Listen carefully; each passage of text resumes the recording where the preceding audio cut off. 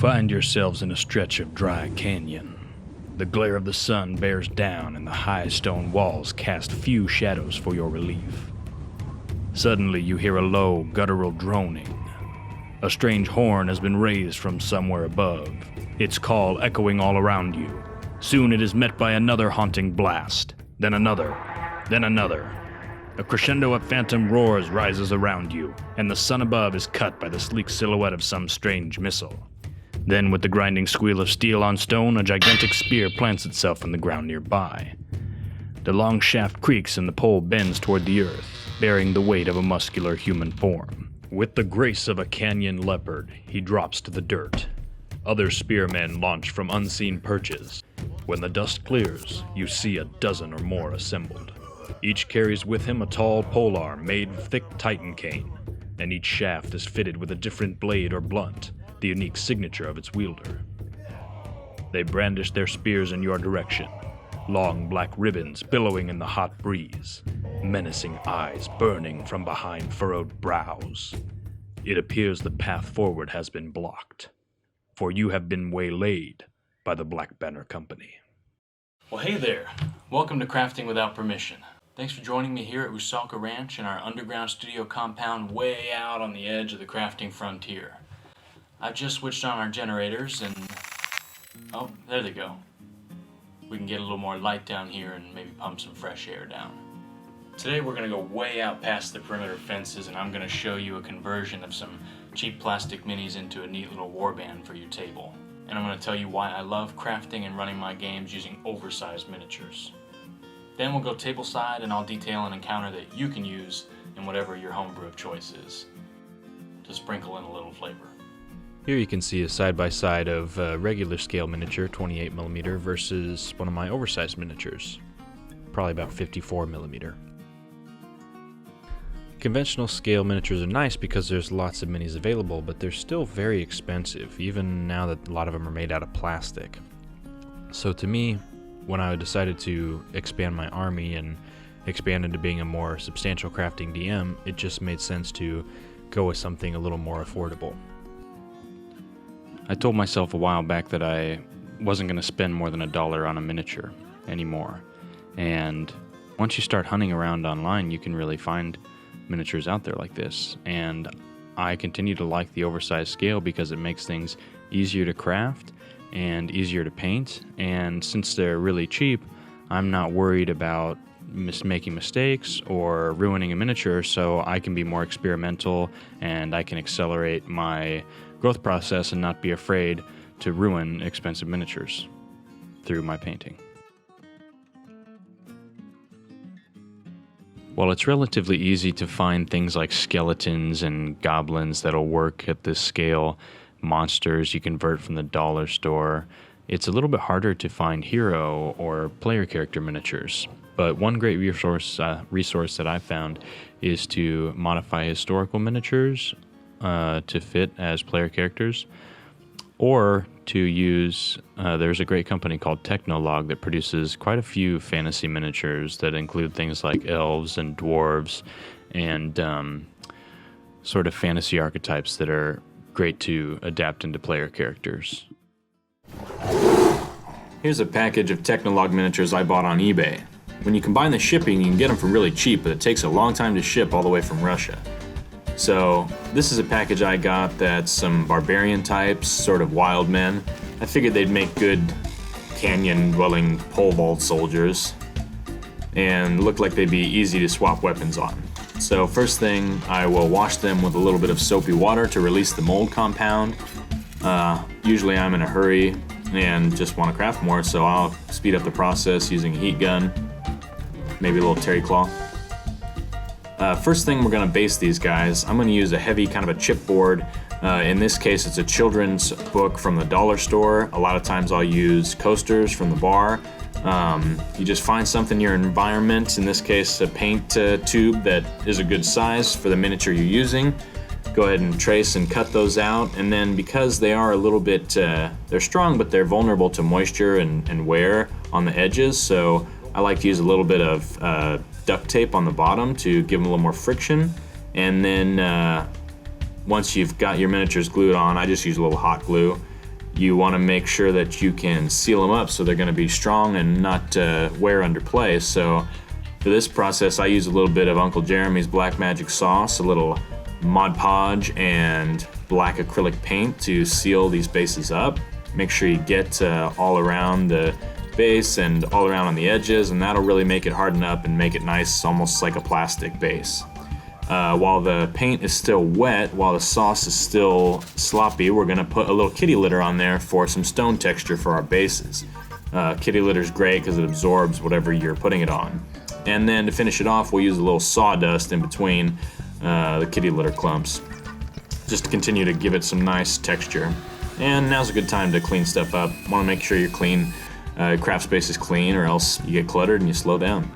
So we'll hit these guys with a heat gun, get them set a little bit, and then we can use a hobby knife to start cutting away at the weapons. For unattached weapons that are relatively free from the rest of the casting, it's going to be easy to cut them with the hobby knife. For thicker pieces, it might get kind of dangerous, so I'll use a pair of garden shears to get a little more leverage to snip and chip away at the unwanted accessories. And finally, for areas that are really attached to the casting, really hard to slice out areas, we'll use a burr-headed Dremel bit to go ahead and shave those pieces away and make room for our exaggerated, oversized weapons. I'm going to use a very small diameter bit to drill this part out, and then follow up with a larger diameter bit that will be the same width as the dowel that I'm using, in this case a bamboo skewer. It can be kind of a tight fit, so you could use a little bit of oil or something to lubricate, or you could just heat the figure up with your heat gun a little bit to make the plastic soft, just enough that you can slip that skewer into his hands. I'm gonna go ahead and ditch the pointy end and cut my skewer to the length that I want. Sometimes you'll find that the miniature just won't behave and certain hands just won't accept the weapons you want to give them. So I'm just going to clip these ones right off, and after I glue on the dowel with a little bit of super glue, I'm just going to build new hands, kind of quick and dirty sculpt using just some hot glue.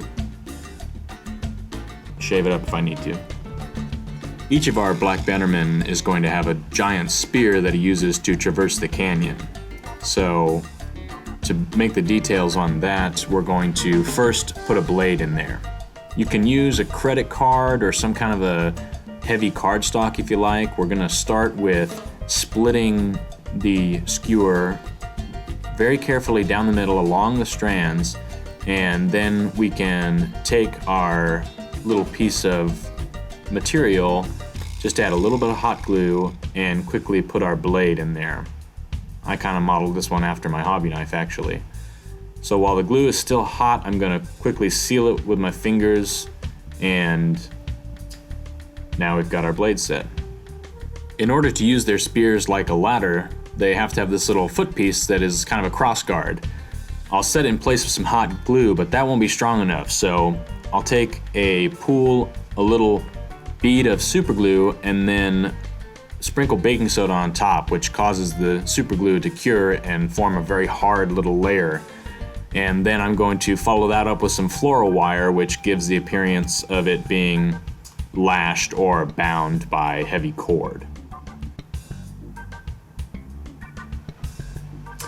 The bamboo skewers surprisingly don't really look like bamboo, so we're going to add rings by carefully spinning and adding a layer of hot glue and kind of finishing off with our signature twist to make these nice little rings in the bamboo, or Titan cane as it's called in my campaign. So we'll seal all the weapons using black magic sauce so that they're all strongly held together, and then we'll paint a primer coat on the minis, the rest of the minis. I just use a thin acrylic black paint. We're then going to add flags, the banners, to our Black Bannerman's spears. I, for this type of thing, like to use masking tape. It's really easy to work with. You just bend it in on itself and cut it to the length you like. It's got a nice texture to it too, kind of like crinkly and organic feeling. If you crinkle it up before you add it, you can enhance that texture. So we cut ourselves a little banner shape, and I'm just going to use hot glue to attach it to my shaft. Later on, we can hit these with some black paint to give them the color that we want. I'm not going to go into fine detail here about how I paint, because I think there are other people that paint better than me and talk about it better than I could. But I do use just cheap craft paint that I water down, and I tend to try and paint, especially for a batch job like this, pretty quickly and kind of quick and dirty. So I'll put on a few layers that'll give me my base colors, and then with a nice oversized miniature like this, one of the great things you can do is use paint markers to add your sort of final details, and it's a lot quicker and a lot less messy than using brushes. At this point, I've probably already done at least one wash, but sometimes I'll add my few bright highlight colors with the paint markers and do another wash and then re-highlight just for a little more added detail, and it doesn't take very long. I think it's really important to try and get the miniature to the table as quickly as possible. You can always add more detail later. So I'm gonna thin down a little bit of wood glue here and coat my base so that I can then add a sandy texture. Just using some play sand, some regular sand. If you have a source for natural sand that's free, all the more power to you. If you were careful to be nice and precise about placing your glue around the feet of your miniature, then sprinkling this sand on is really gonna make it pop and look really great. And I think doing sand or some kind of base on a troop of minis like these really helps to tie the kind of gestalt imagery together and make them feel like a cohesive unit. And finally, once the miniature is really nice and dry, we are going to do a heavy-duty coat of dead flat varnish on there. I have experimented a lot with spray varnishes, and I am just not a fan. I think you always lose detail, and it doesn't even do a very good job of protecting your miniature. So I'm definitely a fan of paint-on varnishes at this point. I'll use a fairly big brush, and I will take this dead flat varnish, and I will apply it pretty darn liberally to the miniature. Really being careful to get in all the cracks and crevices. If you are using paint markers especially, you want to be dead sure that your miniature is dry as a bone at this point, because if it's not, the varnish will move the paint on your miniature and you will get some dissatisfying smears and stuff that you might have to paint over later. So this is going to look really milky and kind of mucusy when you paint it on now, and you can follow up with a drier brush and lift a little bit of that extra varnish off, but as long as you don't coat it on really heavy, it will dry absolutely clear. And it will impart just a slight haziness to your miniature, but for a lot of miniatures, I find that actually kind of helps to blend the paint job together and make it look quite clean. And even if you do lose a little bit of detail, your miniature is going to be rock hard with this dead flat varnish. For final touches, I added a little bit of static grass and some larger rocks to these minis, in some cases to help counterbalance, add some weight opposite of their spears so that they don't fall down on the table. And I think they turned out really nice.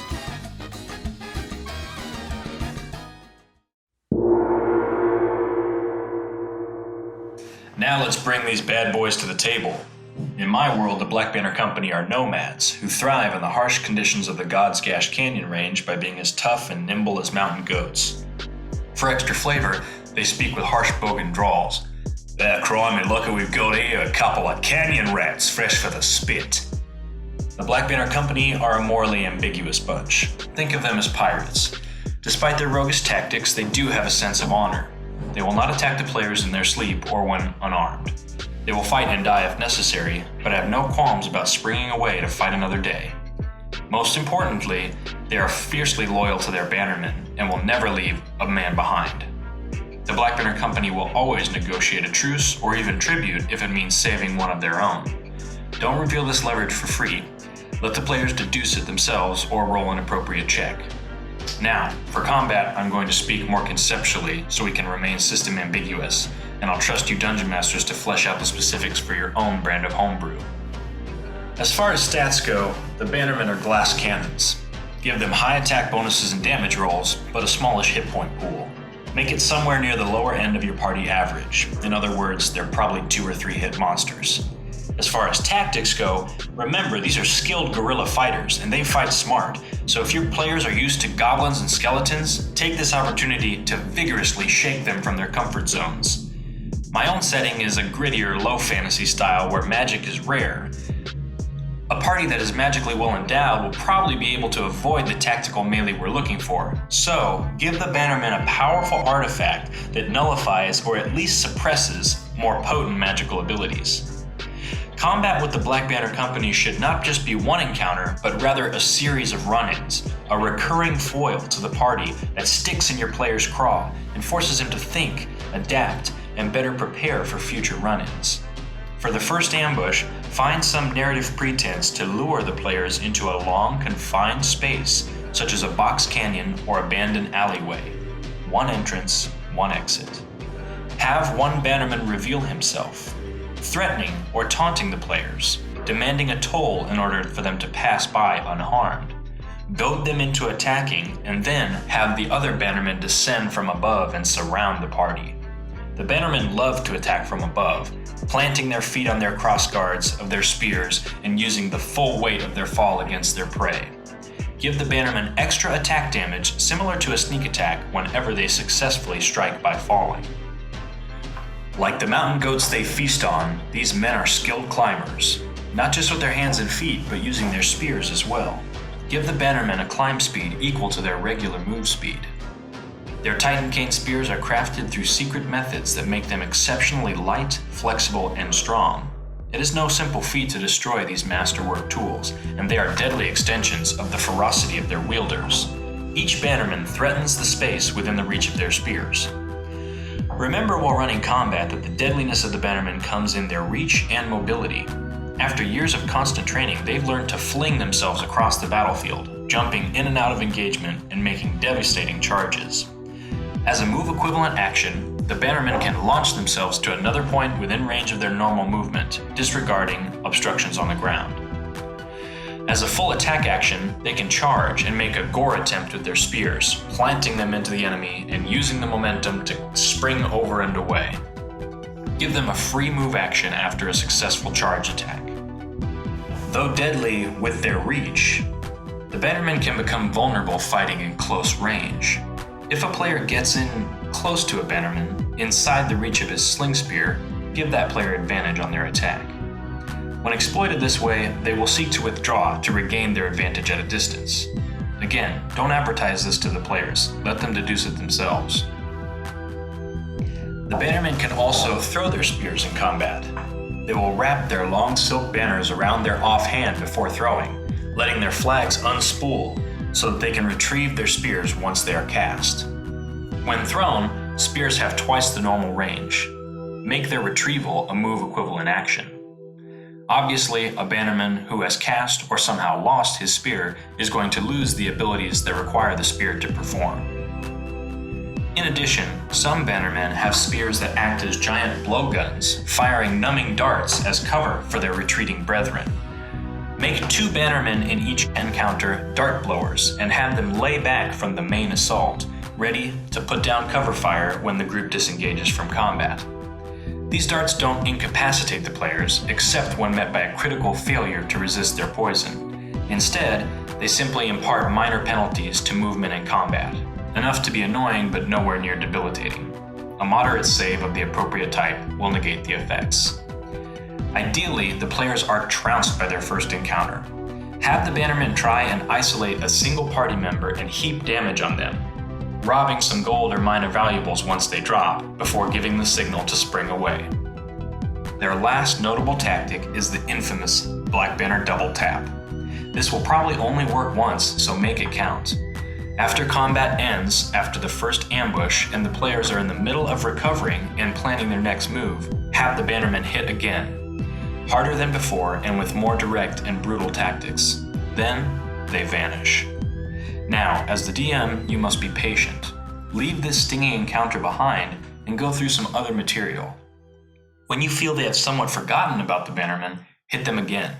And this time, take something very special to them. A coveted magic item or a beloved NPC. Take something that will inspire your party to finally seek the Bannermen out in their own home turf. In my case, their secret hideout in the heart of Bone Dust Canyon. But that's material for another broadcast.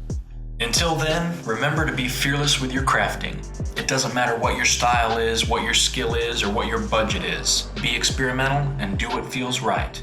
You have my official stamp of permission, which is a joke, because you don't need permission to craft.